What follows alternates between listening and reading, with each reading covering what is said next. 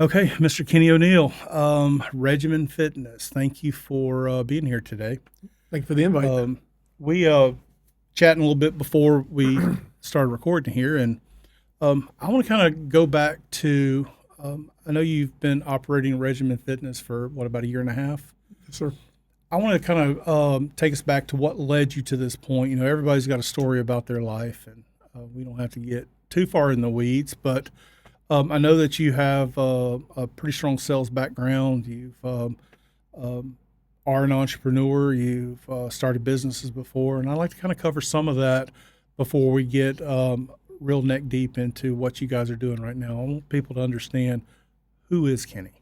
Okay. So take us back to kind of how you got started out in the workforce. So I'm originally from New Orleans. I've got to Monroe 21 years ago through marriage, and I have two kids in Monroe. One is at LSU now, and the other, my son, is at St. Fred's. Before I came here, I started my sales career in surgical sales. I was there for about 9 years doing spine and ortho instrument sales, What did that look like? plates and screws for anterior cervical fusions. Was it like a regional job? You had to go to different hospital and surgical centers just here in town, or regional? No, I was in New Orleans. I covered the entire state and most of the companies that I worked for. So I would come to Monroe. I didn't know anybody here. I had no idea I'd ever live here, but I'd come to Monroe because I had doctors that used my instruments here. So if I had a doctor that wanted to use my plates and screws for an anterior cervical fusion, a spine, a neck surgery, they would call and I'd come up with all my instrumentation and have it here for the case. So, so why sales? I mean, you're not really in the sales business anymore. You spent 9 years in it. So what attracted you to that? Well, still, I always kind of consider Regymen part of sales. I mean, you have to get people to come. You have to sell them on the product. Right. I was originally going to be a stockbroker, and I had an intern. Okay. I was in finance. I went to Loyola University, and I had I was getting a degree in finance, and I was doing an internship at Legg Mason when the market crashed in '87, and I was scheduled to take my Series 7, start studying for it, and when the market crashed, I was informed that they didn't have any positions available. So what I needed to do was to go out and get sales experience, and then come back in 2 years with sales experience, and they would look at trying to do it again. And I went out and started getting sales experience, and just never went back. Yeah. That's kind of how it turned out. And for my first 2 years out of college, I sold copiers in New Orleans, which was, an interesting job. I can imagine. Getting chased out of buildings, I did it for 2 years, and then after 2 years of doing that, I landed my first hospital sales job, a surgical sales job. So did the sales bug bite you when you figured out that I can kind of be in a little bit of control of my income and we can make some serious money? I don't know what kind of payout you would get in the type of job you were in, but most medical sales I've ever heard about, there's the potential to really earn high income if you're good at what you do. It was really good back in those days. I don't know what it's like now. I think it's still good, but back in those days, that's before all the changes in the medical industry, where you can do very good, especially if you were. I was 25, I think, or 20, around 25 when I broke into it, and I was astonished at how well you could do, and that was the driving force. It was you weren't in an office, you were out on the road, and depending upon how hard you wanted to work, determined how much money you could make. Yeah, that's one of the reasons I like sales so much. Is that it's I don't have to wait at the end of the year and go sit down in front of my boss and say, I hope he thinks I did a good job so I can get a raise. I mean, in sales, if you take great care of your people will reward you with sales, and you're kind of in control, or a lot more control than. It's all about that number at the end of the month. You're in control. If you post a good number, they'll leave you alone. After I left surgical sales, I had a very good friend of mine, a lifelong friend, started the first internet company in New Orleans. Okay. And he came to me and he was talking about the internet. And I had no idea. I mean, this was before you use computers at work. I mean, my sales reports were really written by hand and put in an envelope and mailed to to corporate, to my boss. What year was this, you think?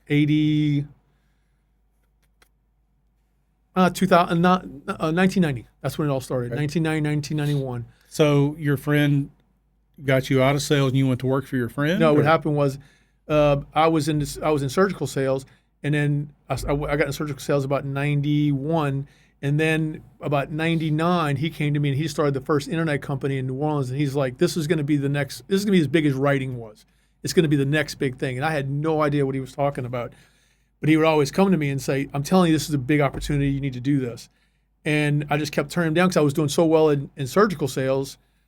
I was like, well, I don't understand I don't know anything about computers. I don't do, we don't use them. All the reports are written down in hand. I thought it was kind of a fad.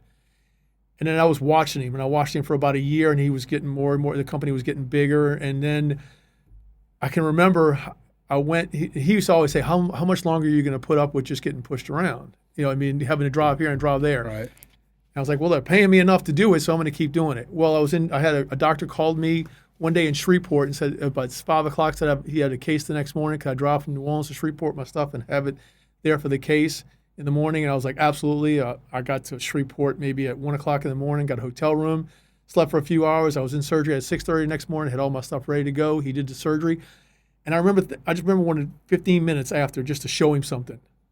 Just a few minutes, because I figured I'd done all that. And when he walked out of the surgery, he just walked right past me and just ignored me. And I just kind of was like, I've had enough of this. And so I called my friend and I said, tell me about the internet, tell me about what you're doing. I think I'm ready. And I went to work for him, and his company was called Communique. And then we got bought by a national company. And then a few years later, our national company got bought by an international company. And I followed that through. And at one point, I was director of national accounts for the Central U.S. So wow. if you went to SBC or bellsouth.net and got a website or an email, that was us. We OEM the product to them, and I had reps that would call on those major accounts. So it was great. I mean, the internet was the Wild West. It was, everybody was getting on it. You couldn't not reach your sales number. You basically just had to not answer your phone. Right. And so that went well. And then the first internet bubble started to burst, and they were offering a buyout package. And so I took it. And so I got 6 months pay and got to keep my options, and it was great. And right about that time, an ex-family member was looking for something to do, and we found D'Angelo's in Baton Rouge. Okay. And we were the ones who brought D'Angelo's to Monroe. And it didn't work out. It was out there by the mall. Mm-hmm. And right when the company that I had been with before heard that I had friends that still work for them, and they were like, if that's not working out for you, come back. And so I went back to work for them, and I was there for about a year and a half, but I had an office in Dallas, and I was gone all week, and we were starting to have kids, and the traveling was getting old, and the company offered another buyout package. So I took that. And that was right about the time the same ex-family member came to me, and we started talking about doing something else. And that's when we started to develop Portico. Okay. And then, so we started doing design work, what we wanted it to be. Tell me the genesis of Portico. So you had a family member that had this idea. Tell me how that idea started. So we would always travel together, and we'd go to New Orleans or Dallas, and we'd always go find the bar that we'd hang out at, and we'd sit there and have fun. But then when you wanted to eat, you either had to eat whatever bar food they had, or you had to pick up and go somewhere else. And it was always a bar that served food, or it was a real nice restaurant that kind of had a little. It was never back then. It was never where we were living or where we were going. It was never really a good combination. So our idea was, man, it would be really nice if we were at a bar and we wanted to stay there. We could also order and get good food. So we were like, instead of having a restaurant that has an okay bar, let's have, or a bar that has bar food, let's put quality together on both sides. And that's kind of how Portico started and the concept. And then, so we had to figure out the menu, and then Joe Holyfield was the one who built our building.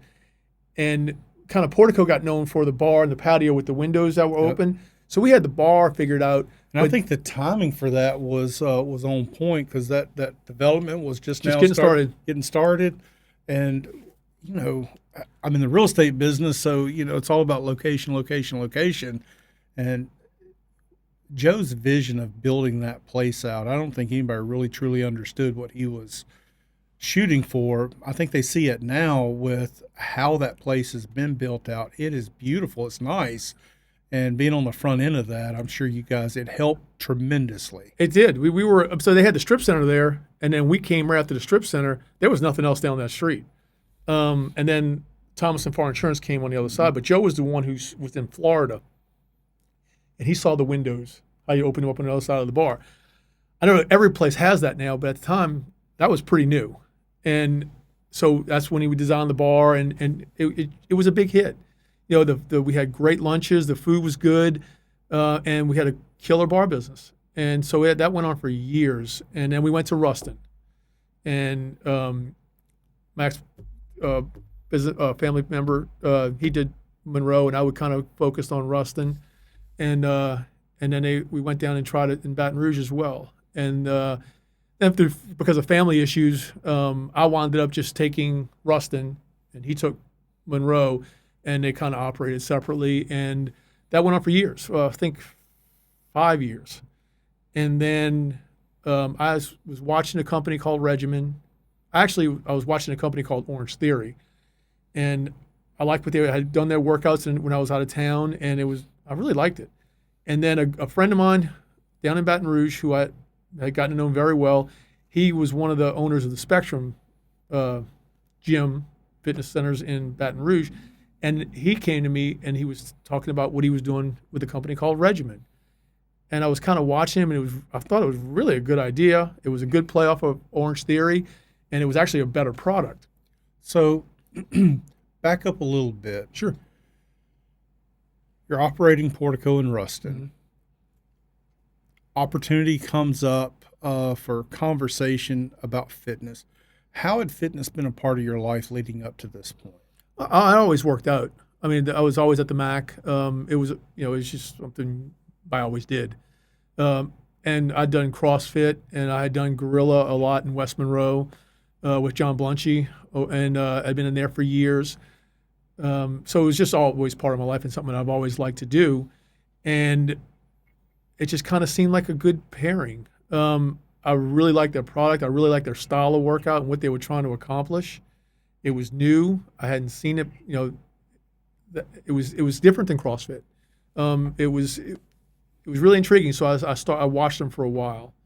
So if you had to compare and contrast, and I don't know that it's fair that I'm asking you to kind of do so much to compare and contrast, but just so people can kind of have a little bit of just a glimpse at the difference between the two. What would that look like? Difference between CrossFit and Regymen. CrossFit does a lot more Olympic style movements. I mean, I loved CrossFit when I did it, and I loved Gorilla when I did it. It does a lot more Olympic style movements. It's go as hard as you can go, for as long as you can go. It's a great workout. I'm not knocking it whatsoever. I just didn't. It's hard to maintain.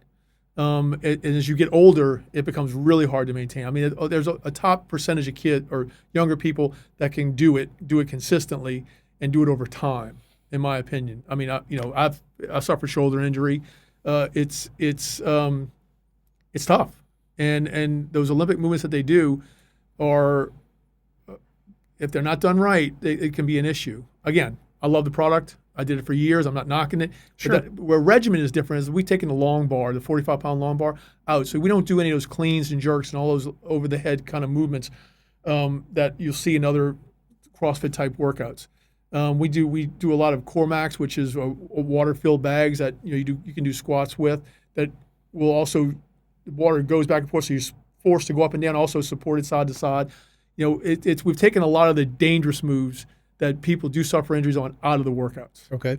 And so and replace it with things that we feel are accomplish the same thing. There's only deadlifts and squats. There's only you run into an age barrier on a lot of those workouts, a lot of those exercises. I mean, how long do you want to be doing 300-pound deadlifts? Or how long do you want to be doing, have the rack? How old do you want to be and still have that bar across your back? It's an age thing.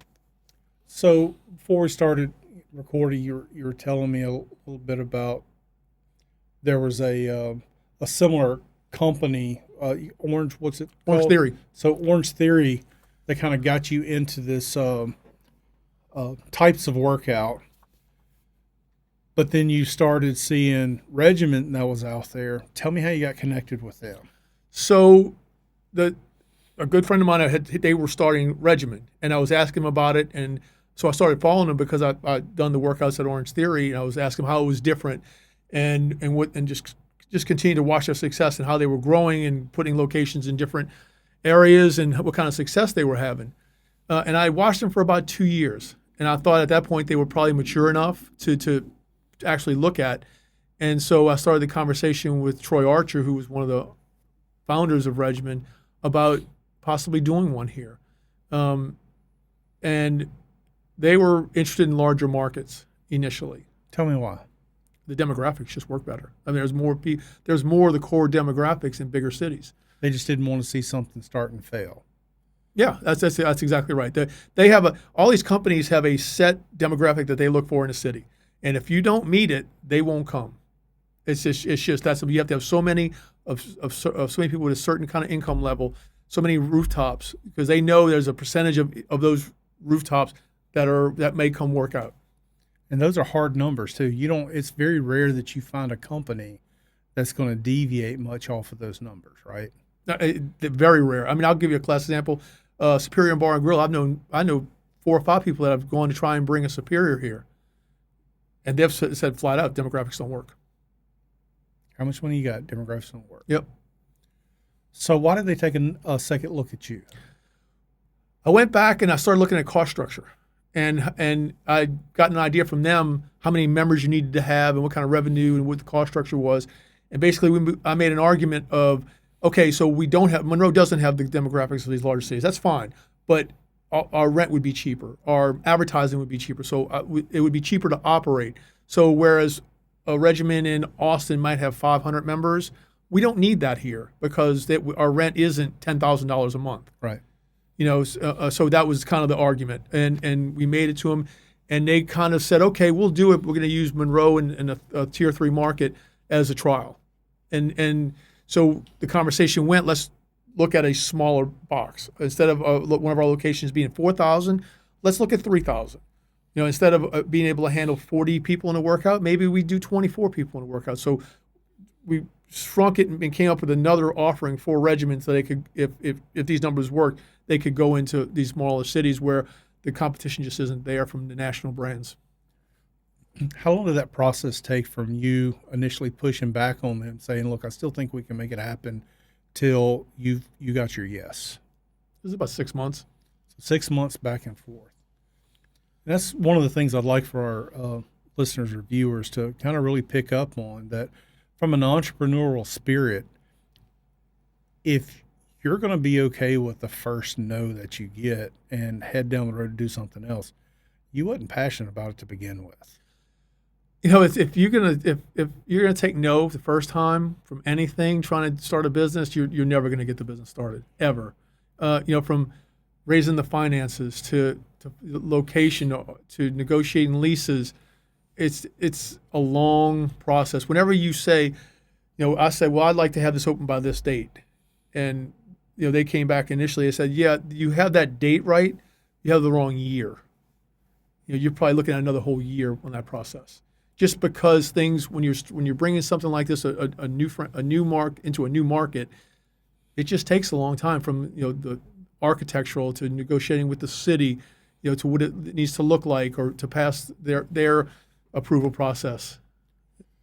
So when you hang on one second, been a day here. When you got the yes from them, that yes, we can go ahead and move forward with it, how long did it take you from conception of yes to actually open the doors for the first customer? 4 years. 4 years. Tell me why it took so long. COVID. Oh, that's right. So I got the yes. Was able, because of the generosity of some people in this area, was able to get the financing, and was about 2 weeks away from signing leases and doing everything when COVID hit. Mm. And that set me back about 2 years. Wow. And then just, and I had already sold Portico in Ruston to do this. So I knew I had the yes. And someone came along and said, I want Portico in Ruston, somebody in Ruston. And I said, okay. And I sold it knowing, okay, I'll have enough money. Everything's great. Let's go do it. And then it got hit.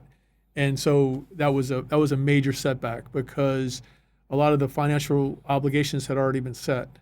And so I had to sit there for 2 years and just burn through as little capital as I possibly could because there wasn't any jobs and I already sold my business.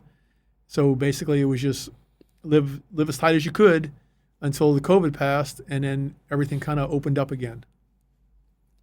How hard was it during that time?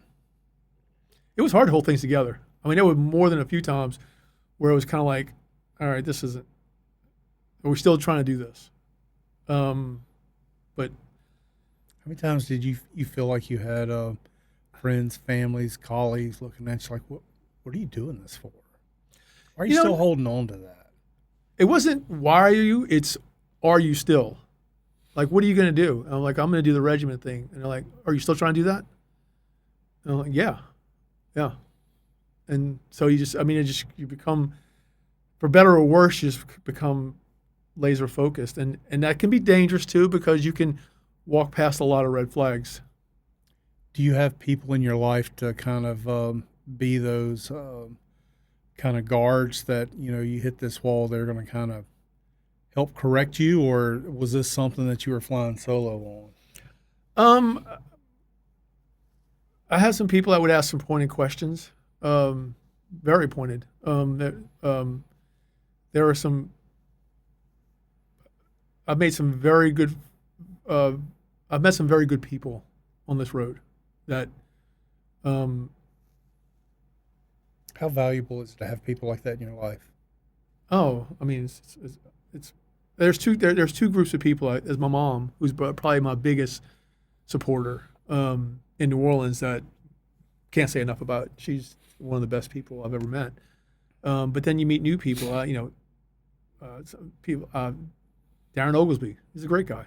I mean, I've gotten to know him, and he's a great. Their whole family is fantastic. I can't say enough positive things about him. And to be able to run things by him and just super. And so, there's and you have friends that that said, I don't think it's going to work here. I've had friends that say, that would be neat. You run the whole spectrum. I've always found it important to me to have more of accountability friends in my life than having the enablers in my life. It's easy to sit back and have that yes person that's always building you up, telling you how great things are going to be, just hang in there, it's going to make sense. It's going to work out in the end. But if you don't have that balance to that with the people that are going to hold you accountable, when it's time to be able to hold you accountable, it's easy to head down a path that you shouldn't go. A good friend's not afraid to tell you no. Yeah, you're right about that. I mean, and everybody needs it. Or you're wrong. Or you're wrong. That's wrong, for this reason. Now, I'll tell you a story about my mom. She's been in business her whole life, and when I started Regymen, she said, "You need to be able to float this for 3 years." And I said, "Well, the way they do it is how they pre-market it. It's not like that. It's not a normal business. I need to be able to go a year." And she would come back. She said, "Kenny, you need to do this. You need to be able to have finance for 3 years." And what I will say is, people don't want to listen to their parents. Mm. People need to listen to their parents.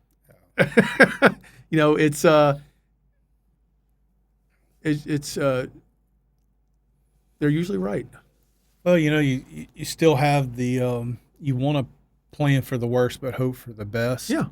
But the age group where your parents came from, things were much harder back in those days than they are today.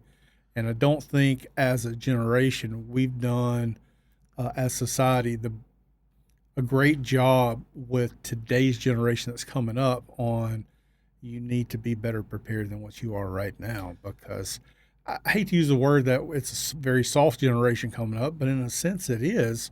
Absolutely. We have, from helicopter parents to non-involved parents to kids thinking that society owes them something. And one of the biggest things I try to instill in my girls is that you are capable of many things in life, but it's going to be hard work. The stuff you want is not going to come easy. If it's worth having, it's going to be hard work to get it, but it's worth it. It's funny you say that, because I just had this conversation with someone 3 days ago. I said, when I was growing up, the days I would, I didn't come from a lot of money, but so if the car broke down, me and my dad and my brother went out with tools, but you could work on a car back then. Yeah. I'm 58. You could work on a car. Now you can't do that. And as much as I hated those days out there, changing the oil and changing spark plugs, I mean, I can do it. And, I can do things mechanical. I can, it wasn't fun, but my dad taught me all this stuff. Yeah. And I look at my son, love him to death, and there's some things he is really, really good at. But I made the comment, said, I used to, at 15 in New Orleans, I would back the truck up, hook up my dad's 21-foot boat, pull it out of the garage, drive it across Lake Pontchartrain Bridge, and go skiing for the weekend with me and my friends and no parents. I said, my son's can't do that. But I said, but it's my fault he can't do that, because they're soft in a lot of ways, and it's the parents' fault. It's my fault for him, because I didn't take the time. It's always easier for me to do it than to say, hey, come, let's figure this out. I mean, I look back on it now. I know it would have been easier for my dad just to do it without two kids who didn't want to be there, slowing him down. But that's not how he worked. He showed you, and we did it. And now I can do a lot of things that I look at my son, I'm just like, all right, I didn't do him right.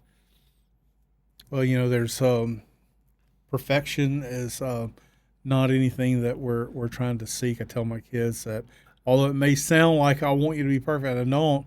I just want you to put in the appropriate effort. So Joe Rogan, his podcast I listen to, and he had Dana White, and they'll make the same comment over and over, and so I'm not going to take credit for what they said. If you can teach your kid, this generation coming up is so soft, if you can teach your kid just to be a little bit of a savage, he's going to do well, or she. I mean, I have a daughter in college, and she's doing things that I'm really proud of. That's awesome. So it took you way longer to get Regymen set up here than you ever could have imagined. Mm-hmm. Cost way more money than I ever thought it could imagine. But the days here, the doors open first day. Tell me how that felt, knowing that I's are dotted, T's are crossed, we're open the doors, we're ready for business. It was exciting. It was nervous to see how it would be accepted. Because this is new. We don't have anything like it here. Mm-hmm. And trying to explain it to someone just doesn't roll off the tongue very easy, right? No, and I said this earlier when we were talking, the thing about Regymen, the good thing about Regymen is nothing here like it. The bad thing about Regymen is there's nothing here like it. I have to get people to come in and try it. And it's, when they come in and they walk in out of if you've walked into our studio, we have the lobby and the workout area, the studio's behind that. And you can see people coming, you're looking for a certain look when they come out of the studio for the first time after their workout. I mean, like I said, we can leave you on the floor dead, but that's not what we're trying to do. So when they walk out, they have a certain look on their face. They're sweaty, that was tough, but they have a little smile on their face, like, I accomplished it, it was good. So you're kind of walking a fine line. You're trying to get people to push themselves, but not past the point where it was just like when they walk out and they just go, that sucked. That was so hard. No, I accomplished it, good, I'm ready to do it again. And that's the kind of look you're looking for when they walk out. And you can see it in their face. And you can also see it in people who maybe they push themselves a little bit too hard in their workout. It's obvious. So day one, doors are open. you're like, okay, we got to get people in. 3 months in, how are you looking? It was good, but it wasn't. We faced a lot of the hurdles that the corporate had said was going to happen because of the demographics. Where our business came from wasn't necessarily where I thought it was going to come from. First of all, there's businesses here that other workout areas that's a different type of workout, but that's what they do, and they have customers. They're not going to give them up easily. So you had to kind of get in the market and put out your elbows and fight. And I have 3 very good quality employees, and so it's a daily grind like anything else. I mean, starting a business, I don't care what it is not easy. I'll take it back to Portico. Portico is different in a hard way. I mean, Portico is one of those things where we opened the doors. For the first 5 years, that place was packed. I mean, it was just crazy. It was difficult in a way because you knew at 11 o'clock whether you were ready or not. Here they come. That door's open and they're coming in 7 days a week. And it was really different. It was trying to put the best product you could in front of them, dealing with an overwhelming number, which is a good problem, but it's also something you have to, because if you don't solve that problem every day, people are going to stop coming. That's correct. Portico was, a Regymen was different. I'll tell you, the Portico in Ruston was different. We opened the doors in Ruston, and for the first year, you could have slung a dead cat in that place and not hit anybody. It was different. There's this, I guess, this Ruston Monroe kind of thing, and it took about a year. And Ronnie Graham, who Lincoln Builders, they built that building over there, and he looked at me and he said, "They're going to make you wait about a year. They're going to feel you out for about a year." And he was about right to the month, and all of a sudden it just turned on, and people started coming, and it was, the numbers were kind of, when Ruston was doing almost as good as Monroe. So it was a different. You had a grind, and it was a different problem, but you eventually got there. Portico probably started a little below what we were hoping for, or you just lay in bed and dream at night, which you hope happens. Mm-hmm. It was less than that, but it was a grind, and we're getting there. Every day, new people are coming in, and we're signing new people, and it's. I've met some really good quality people and some people that really love the place, and that's what kind of keeps you going, because you get people in that they come every day, and you see how much they love it. You see what they post about you. And, yes. and that gets you through the grind of, let's just keep us going. Let's keep it going. So let's talk about the culture, not only just within fitness, but the culture I have found, even though I'm not real big into the fitness world, I have a lot of friends that are. And it's almost like there is a culture or a microculture within each individual fitness business that's out there. And it's really unique to sit back and watch that, just how the bond creates within that community. You're right on, and I think it's driven more by it's driven a lot by social media as well, or it's made even more by social media. You spend the people who come, you spend a lot of time. You get to know everybody, and Regymen does it a little bit different. And I used to think this was corny when I first was going through the Regymen thing. I wondered why they did it, but now I know. So, like in the beginning, say you have an 8:30 workout, you get there about 8:25. You don't just go into the gym and just get ready to start. Everybody meets in the lobby. Then the coach at 8:30, promptly at 8:30, will come out. If it's 8:31, we get docked by corporate. Our workouts start at 8:30. So that way you're going to be there an hour. You're walking out at 9:30. So he comes out, tells everybody about the workout, and then what's going on, any special announcements, and then everybody walks in at the same time, and we're getting ready to go. But that couple of minutes where everybody is together in the lobby, getting to talk to each other, everybody gets to know each other's names, it kind of builds a culture, and people, they look forward to seeing each other. And, usually the 5:30, the 8:30 in the morning or the 5 a.m. people, it's the same groups, basically, and you just form relationships, and you see it happening. It's really kind of neat. And now I know why they do it. that way. I can see you can start sharing in people's successes with them. You can probably comfort with failures that are happening, whether it's in the gym or outside in the world. Well, actually, the success is absolutely because, we have some people that, have lost 50, 60 pounds, 70 pounds in a year, and they're being encouraged by the other members because the other members see it.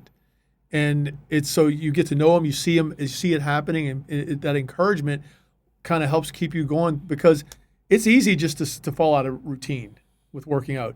I mean, it takes 7 times in a row to form a habit. You only have to miss it twice, I think, for that habit to break. So you have people that, they go on vacation and I don't want to go back to that first day. It's going to be hard. But, knowing those people are going to be there and they kind of have a vested interest in you because they know you. You have a vested interest in them because you get to see them. It kind of keeps it going. It's a really unique process that they come up with. That again, I thought was kind of corny, but now I'm 100% sold on it.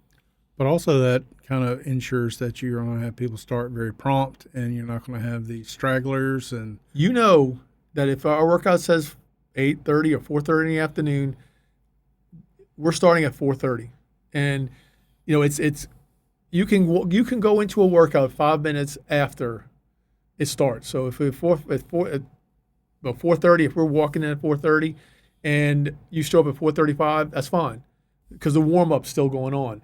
But after that, it's up to coach's discretion. If you show up at 4:45, the coach is probably going to say, "Man, you missed it. Let's get you in another workout," because everybody's already in the rhythm. Everybody's moving. Everybody's doing the workouts, and to add somebody in can just be disruptive for the class. Right. So we have a schedule that we stay with. But on the nice thing, you can go to any workout. Like if you have a personal trainer, your time slot is probably 10:30 on every other day, wherever you want to do it. But that's your time slot.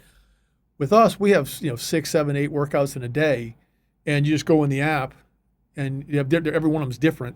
There could be burn, which is hard cardio, build, which is more weights, but it still has cardio. And then there's boxing workouts where we do boxing and ground and pound and stuff like that.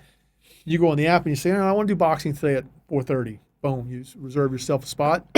And then, so the workouts, it's a lot of flexibility. And because you never do the same workout twice, it doesn't get boring. what if the person that's listening says, you know what, I want to see what this is, but man, I'm intimidated. We get a lot of that. I am intimidated to come into a place with all of these perfect people doing perfect things, and everybody is going to judge me so harshly, and I just can't imagine that happening. What do you say to that person? Well, the perfect people, we have every range. We have, some ladies that can go hard that I don't like working out next to, and then we have some people that one we signed up. She joined the other day. She never worked out in her life, and she's 55 years old. I mean, and she came in. She's like, I just want to change my life, and it was kind of, touching. And she got in. You just have to. First of all, it's not everybody's looking down on you. It's, it's a group setting, so we have a group workout. We have a coach that leads every workout, and the coach is walking around helping people. Everything's on. You have these full screen monitors that are taking you through the workout, plus the coach, plus the heart rate monitors. But you know who's the biggest help? The people that are on the side of you, because you might have 10, 12 people in the workout, 15 people in the workout. The coach is doing his best, but if there's a couple of new people in the workout, my members are so good. Usually they'll kind of, hey, try this, go get these, So it's kind of a group effort. Everybody's just trying to is moving in the same direction. It's not like there's nobody looking at you or looking down on you because it's your first time. Actually, everybody loves it when the people in their first time show up because it's somebody that's trying to change what's going on in their life. That's how you build community, isn't it? Yeah, it really is. Everybody trying to help one another to achieve something. And there's obviously, when you get this many people in a group, some people gravitate towards some people more than others. I mean, that's human nature. But it's really nice when you have a new person who'll come out and say, he really helped me, to point to another member. And, before they point, I know who it is. I know because some of them are just really, really good at it, and they look forward to it. And they want to see the place succeed. But that is a problem, I think you'll agree, is that you have people that are sitting back that really could benefit from something, but it's just it's them in their head thinking that I'm going to have everybody in the world staring at me. I'm going to do something wrong. People are going to laugh and point at me, and I don't want to be measured up next to them. It goes back to the saying, there's nothing like it in Monroe. That's the good part. The bad part is there's nothing like it in Monroe. I have to get people to come in. Once you come in and try it, you'll understand. So what does that look like? If somebody who just says, I'm intimidated, but I want to come in and try it. I just want to come in and look at the place. What would that look like? It could be it could be a few different ways. They could make a lot of people make contact through social media, and we have a text message system through our software where we can start communication. So if somebody asks me, will reach out to me on social media or walk in, or they can call us on the phone and they'll say, hey, look, this is what I'm trying to do, and this is where I am in my fitness journey. Either whether I've never tried it or I haven't worked out in years. I want to see what it's about. And what we'll do is we'll get them to come in. There's a couple different. They want to say if they want to come check it out, they can come and look at the studio. We'll give them a tour and explain to them what we're doing. A lot of people just say, hey, I just want to schedule a workout. I want to come in, check it out. I want to schedule a workout. Your first workout's free.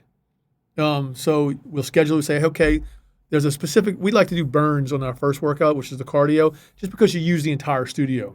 The treadmills, the ski ergs, everything. So we'll say, hey, what time works best for you this week? I'll shoot them a schedule. I'll text message them a schedule and say, hey, pick one. And they'll say, all right, I can do Monday at 5:30. All right, come in about 20 minutes early. They'll come in. We'll get them to fill out a questionnaire, a customer questionnaire. We'll introduce them to the coach. We'll take them through the studio, show them how everything, just kind of give them an idea how it's going to work and what's coming. How the TVs work, how the timers work, how the heart rate monitors work, with the lighting, because our lighting is built into the workouts. Our music is built into the workouts. So they're not just shocked. It can be a little bit overwhelming your first time just because it's different lighting and it's all tied into the workout. So, so give them a quick tour, show them, and then bring them back out, and then let them meet some of the members that are coming in for the workouts out in the lobby area, and then get them set up with the heart rate monitor, make sure that's all working. And then we'll take them in and assign them a spot and then start the workouts. And between the coach working on showing them what we're doing next and the form and the monitors that are showing the order of the workouts and the proper form and the timer and the heart rate monitor, it leads you through the workout. And that's kind of how it begins. It's a really, really easy process. So someone that's advanced in their level of skill and someone who has really never worked out before, you're saying the system is designed to where everybody can do the same thing together, no matter your level of skill. Mm-hmm.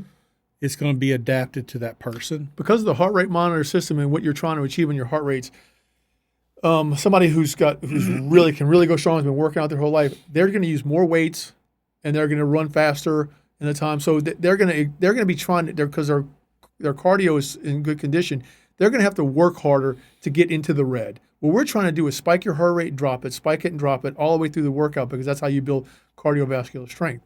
So somebody who's in really good shape is going to have to go even harder to reach those levels, where if somebody's new, they're going to have to kind of they won't have to work as hard to reach those levels, which is good because they are not ready to.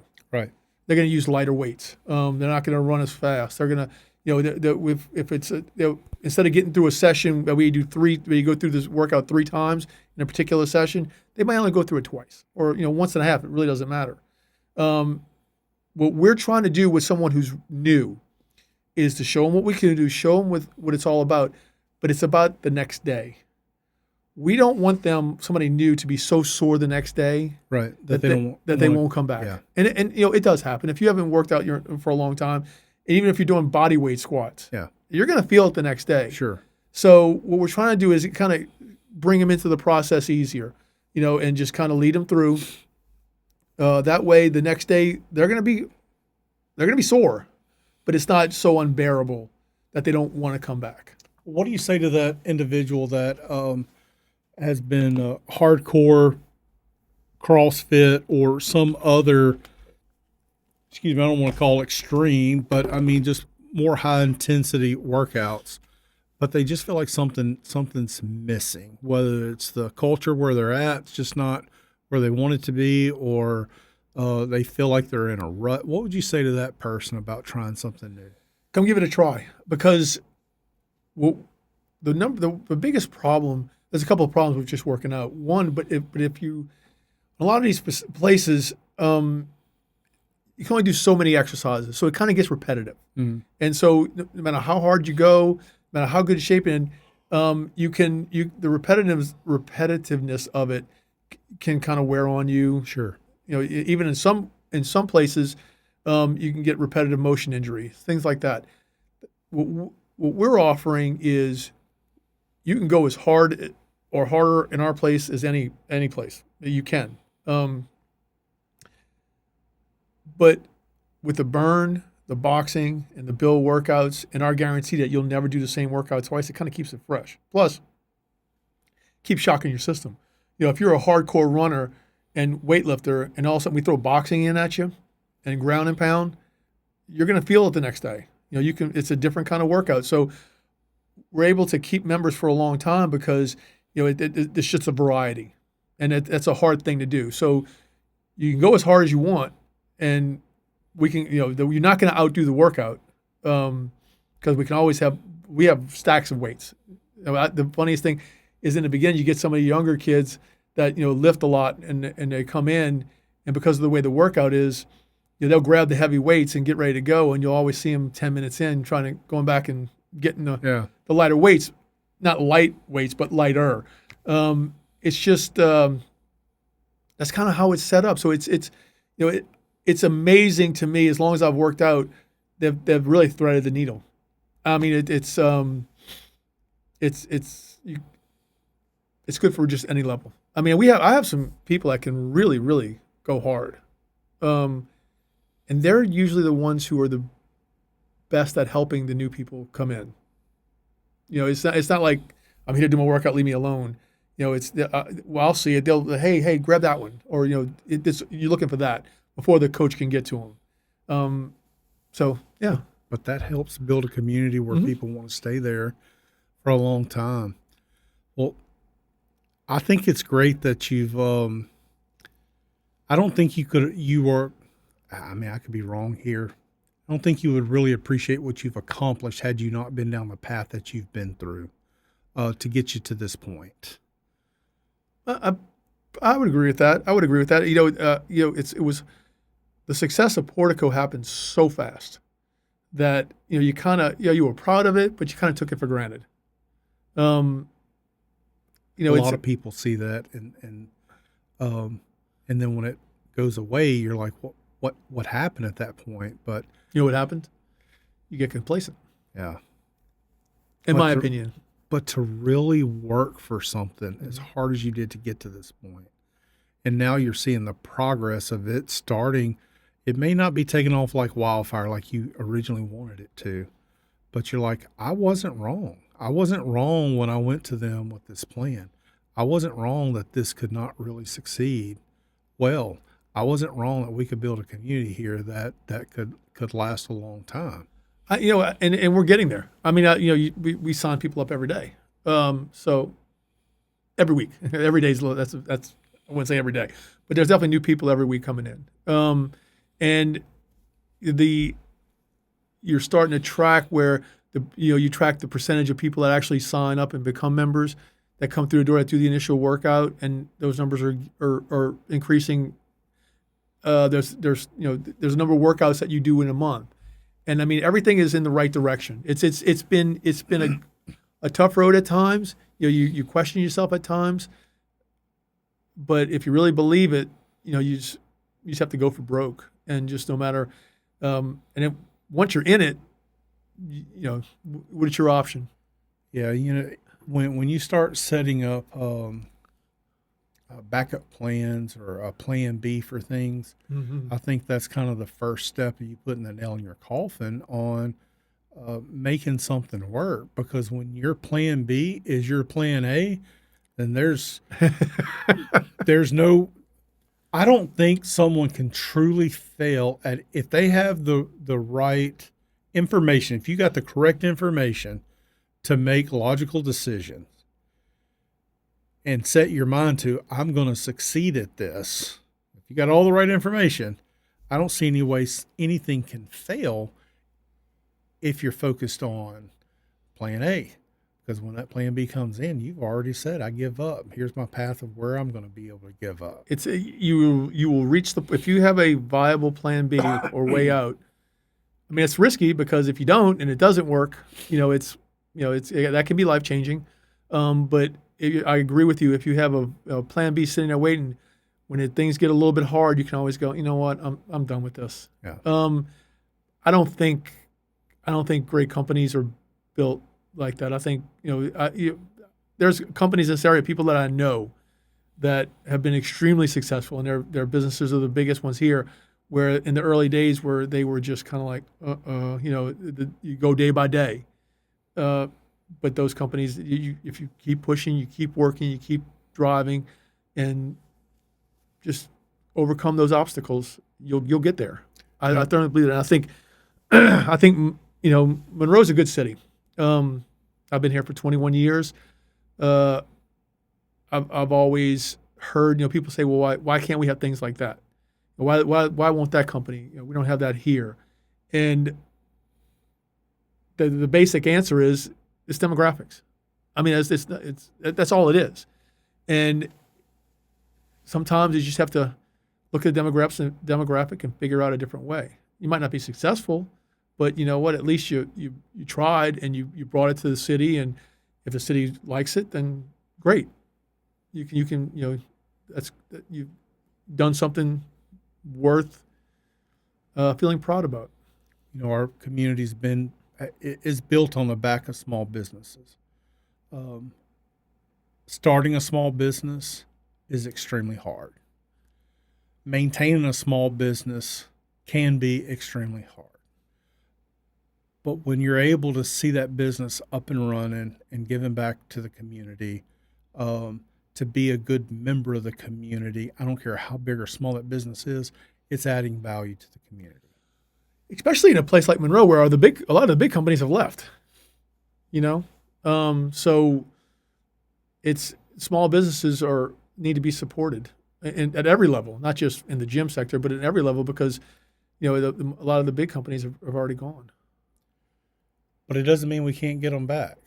I agree with that. With pride within our community, with entrepreneurs being able to just take that first step and saying, I've got an idea, I'd like to see it out. And, sometimes it takes partnering with people to make things work. But I think it's great that you stepped out and had an idea of bringing something that was not willing to come here and show them that there is a different way. I mean, I know you're looking at it this way, but why don't you take a look at this? And even though you've been smacked upside the head with some adversities when it comes to opening it up with COVID and everything else, that was interesting. Probably spent way more money than what you had ever planned on getting it up and running. This thing's up and running, and it's got legs to it, and it's growing. May not be growing as fast as you thought it would originally, but nonetheless, it is growing, and you guys are making headway in our community. I have some really good people that work for me. They do a fantastic job. They're vested in it. I've met some out of this world human beings that are members, and that at times, have said things and done things that were just makes your day. Sure. So it's growing. It's becoming successful. But more importantly, the people around me and the people that have helped me get to where we are, they deserve a lot of the credit. They should not be overlooked. The people that worked for me, the people who supported it, people who are members, they mean a lot. And it's when you have people like that around you that you can be successful. Yeah, well, that kind of goes to show the character you have within your leadership. So, Kenny, thank you for coming in today to give us just a peek behind the curtains of kind of what's led you to this point in your life, and to share a little bit about Regymen Fitness and kind of your desire to see that grow in our community. And I just encourage everybody out there, if you've got a a desire just to try something new, or just want to stick your toe in the water and just go visit, that you guys are welcoming place with an open door policy, says come in and let's have a chat. I appreciate it. Thank you for having me. I think, if anybody wants to come by or reach out to us, like I said, your first workout, you can try it for free. We even right now have a special. You do your first 10 workouts for $10, and that's $10 total, like $1 a workout. But you have to do them in 30 days. 30 days to do. You can try out for a month for 30. You can try out 10 workouts in 30 days, and then so by that whether you're going to do it or not. We don't do long-term contracts, so it's month to month. Wait a minute. So you're telling me that you don't. So if someone says that, look, I'm going to make a switch, you're not going to make them sign a year contract that says whether you come in or not, I'm going to hit your credit card. Wow. So we do no, not they come in or not, but I'm just locking them in to where this is not right for me. Right. I'm not going to lock you in for a year. You have to. We do a 6-month contract, but if you do that, then you get your heart rate monitor and your boxing gloves for free, which are $135. But if you do a 6-month contract, we just give them to you. Okay. So, but most members are month to month, so that forces us to be good and it also forces us, like say, if you hadn't come in 2 weeks, we reach out to you and say, hey, you hadn't been here in a minute. Let's get you back in your routine. Let's get you going, because we know if you're not coming, you're just going to fall off. That's where community steps in. And right? so we reach out, get you back in, and get you back on your routine. So reason why a majority of people fail or give up on working out is, first of all, they don't have the expertise, and a lot of times they don't have access to the equipment. So even if you belong to a big pretty place and you go in, you don't know what to do, what's going to happen? You're going to go get on the treadmill for a little while. You're going to mill around, do a couple things, and then you're not going to. If you do it for a little bit, you're not going to see any real gains, and people just quit. Whereas, and then there's other things, but you can do a personal trainer. Well, personal trainers are great, but there's a cost thing involved. So you can do 2 workouts, so probably $40 for a half-hour workout. You do that twice a week. That's $320 a month plus your gym membership. You can be close to $400. Right.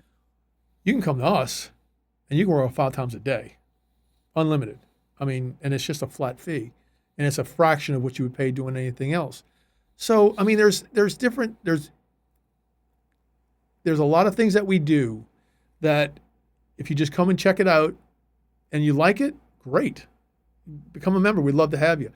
If you don't, we're just happy you came and checked it out, and did a workout. And like I said, the first workout is free. And even if you get into it and you don't like it, you can say, hey, I'm done with this. I don't want to do it anymore. Okay. That's it.